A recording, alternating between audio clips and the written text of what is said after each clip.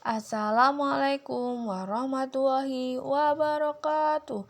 Perkenalkan, nama saya Sulastri dari Prodi PAUD INISNU Temanggung. Di sini saya akan menjelaskan tentang deteksi dini pada perkembangan motorik anak. Yang pertama yaitu pengertian deteksi dini. Deteksi dini adalah usaha-usaha untuk mengetahui ada tidaknya kelainan atau kerusakan fisik atau gangguan perkembangan mental atau perilaku anak yang menyebabkan kecacatan secara dini dengan menggunakan metode perkembangan anak. Yang selanjutnya adalah pengertian DDTK. DDTK adalah kegiatan atau pemeriksaan untuk menemukan secara dini adanya penyimpangan tubuh kembang anak, lebih mudah dilakukan penanganannya selanjutnya. Selanjutnya, pengertian perkembangan motorik. Perkembangan motorik adalah perkembangan kemampuan manusia untuk mengontrol berbagai gerakan tubuh dan memanipulasi objek, di mana otot dapat digerakkan sesuai dengan perintah yang diberikan oleh otak atau sistem saraf pusat. Yang selanjutnya yaitu jenis-jenis perkembangan motorik dibagi menjadi dua. Yang pertama yaitu motorik halus. Motorik halus adalah perkembangan yang berfokus pada otot-otot jaringan tangan, kaki, dan mata yang memungkinkan koordinasi gerakan otot yang kecil. Contohnya yaitu anak menulis, menggambar, memotong benda, menjadikan jari, dan lain sebagainya. Yang kedua yaitu motorik kasar. Motorik kasar adalah perkembangan keterampilan yang melibatkan gerakan otot yang besar. Contohnya anak melompat, naik tangga, dan lain sebagainya. Yang selanjutnya yaitu gangguan perkembangan fisik motorik pada anak. Yang pertama yaitu keterlambatan berbicara. Perlu diperhatikan bahwa ada tahapan usia anak untuk bisa berbicara. Saat usianya mencapai 2-3 bulan, anak sudah bisa menciptakan suara vokal. Sementara di usianya yang ke-4 bulan, dia akan mengoceh, mengekspresikan diri melalui suara, dan membentuk interaksi sosial. Kemudian, saat usianya mencapai 18 bulan sampai 2 tahun, anak sudah bisa mengucapkan 2-4 kata. Yang kedua yaitu keterlambatan berbicara. Anak yang berusia 8 bulan ke atas sudah mulai belajar berjalan. Apabila 8 bulan ke atas belum bisa berjalan, mungkin anak tersebut bisa mengalami suatu gangguan.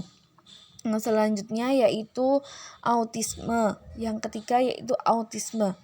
Autisme merupakan gangguan pada anak yang menyebabkan sulit dalam berbicara. Bahkan mereka juga sulit dalam melakukan interaksi, memahami kondisi, dan menunjukkan tindakan emosi berlebihan. Autisme merupakan salah satu gangguan yang terjadi pada motorik halus anak. Orang tua harus memeriksakan anak dan melakukan konsultasi pada dokter yang sesuai bidangnya.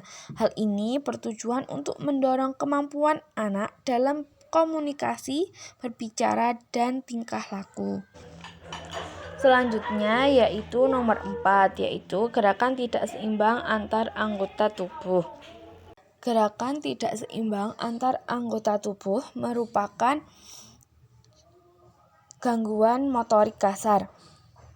Bisa Anda temui jika Anda mengalami gerakan tidak seimbang antar anggota tubuhnya. Motorik kasar sendiri merupakan gerakan tubuh dalam menggunakan otot yang dipengaruhi usia, berat badan, dan perkembangan anak. Jadi, gangguan akan terlihat dari gerakan anak yang tidak seimbang.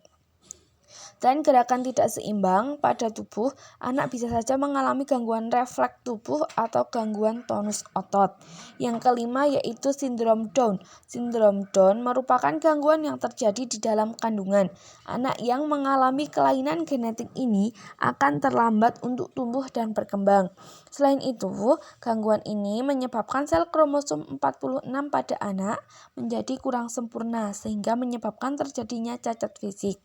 Tidak hanya itu saja, tapi juga bisa mempengaruhi kemampuan perkembangan dan merusak kemampuan sel motorik pada tubuh. Anak-anak juga lebih dapat Anak-anak juga lebih cepat dalam menderita penyakit bawaan. Selanjutnya, peranan orang tua atau dukungan orang tua terhadap motorik anak agar anak tidak terkena gangguan terhadap motoriknya. Yang pertama yaitu dengan memberikan stimulasi untuk memaksimalkan motorik halus anak. Ini bisa dilakukan dengan cara semisal mengajak anak menggambar, menjumput, meronce, dan lain sebagainya.